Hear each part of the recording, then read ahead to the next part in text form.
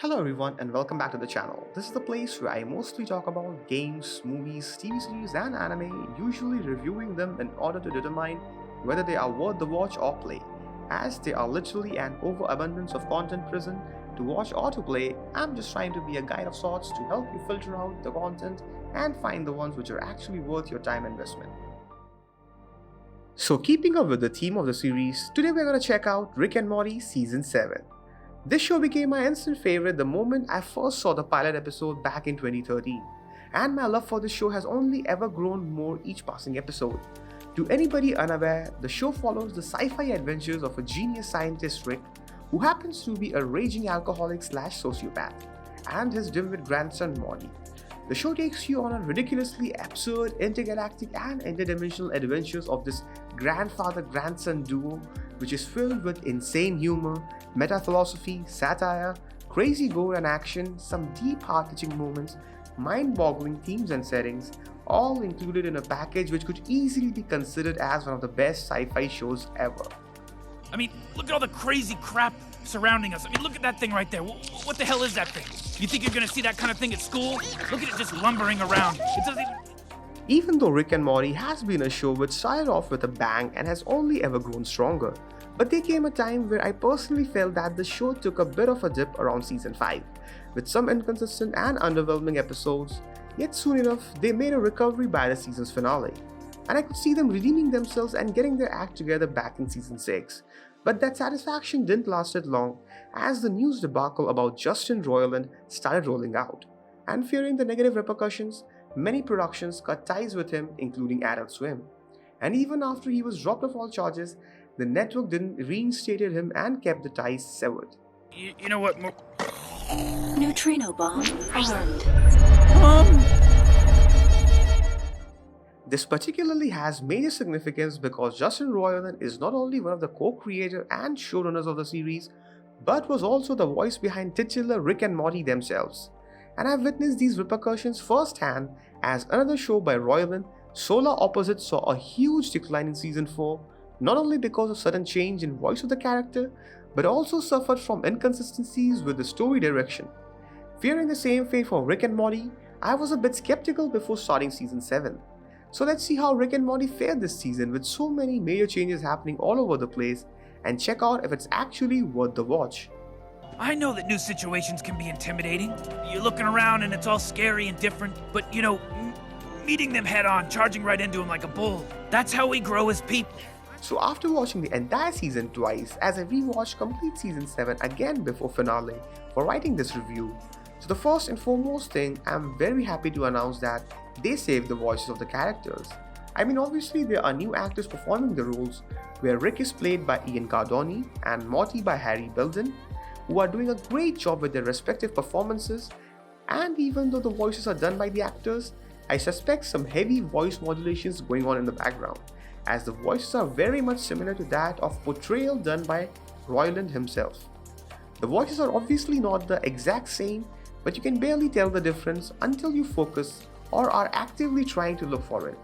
I believe someone learned from the mistakes of Solar Opposite and spared Rick and Morty from same tragedy. Now that the main concern is out of the way, let's take a look on how the show performed this season in other aspects. This season what truly shines is the theme, settings and story direction, where you can observe the effort put by the writing team to keep that spark which gives the show its uniqueness alive. You can observe the story direction and what to expect from the season right from the start, where the first episode starts off arbitrarily with a callback from season 2 episode 4 Total Recall, where Beth had mistakenly shot Mr. Poopy Butthole.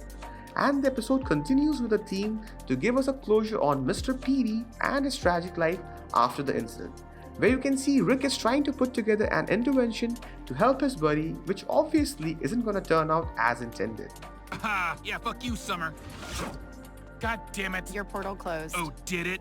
Have an intervention you bunch of stupids. As I said before, this episode will set the tone and what to expect from the majority of the season, where on multiple episodes the story will deal with continuity and callbacks of past incidents and instances, trying to bring a kind of closure on those characters and their arcs to expand the story further. Rick and Morty has mostly been an episodic show with new settings and adventures every episode, but which also follows a bigger picture with a greater underlying story to connect all the dots together. This season, the story not only expands on the callbacks and closures from the past, but also meaningfully progresses that underlying story further with some major turn of events happening.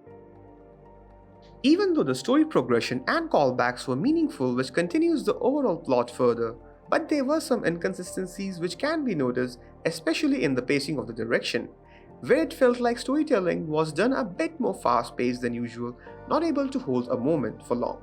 And this time the episode focuses mainly on a single arc per episode rather than playing with multiple arcs in a setting.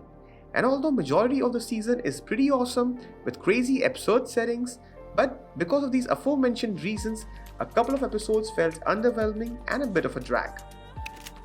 It's your first take. I'm getting my groove back! Still, the season as a whole was pretty awesome and tries extra hard to live up to the show's standards, which it rightfully delivers, where you can see the effort put by the writing team to provide us with wild and heart-touching episodes alongside strong performances by a cast and a special roster of guest stars, which includes but is not limited to Hugh Jackman, Lee Schreiber, Ice-T and Keith David. Now I need to go take what I call a huge Ackman. Ackman is Australian slang for shit. Don't look it up. Do make a decision, because from here, I'm heading to the Jack Shack. Even after such drastic and turbulent changes, Rick and Morty Season 7 manages to pull through, defying the expectations and proving people like me who were skeptical about the season wrong.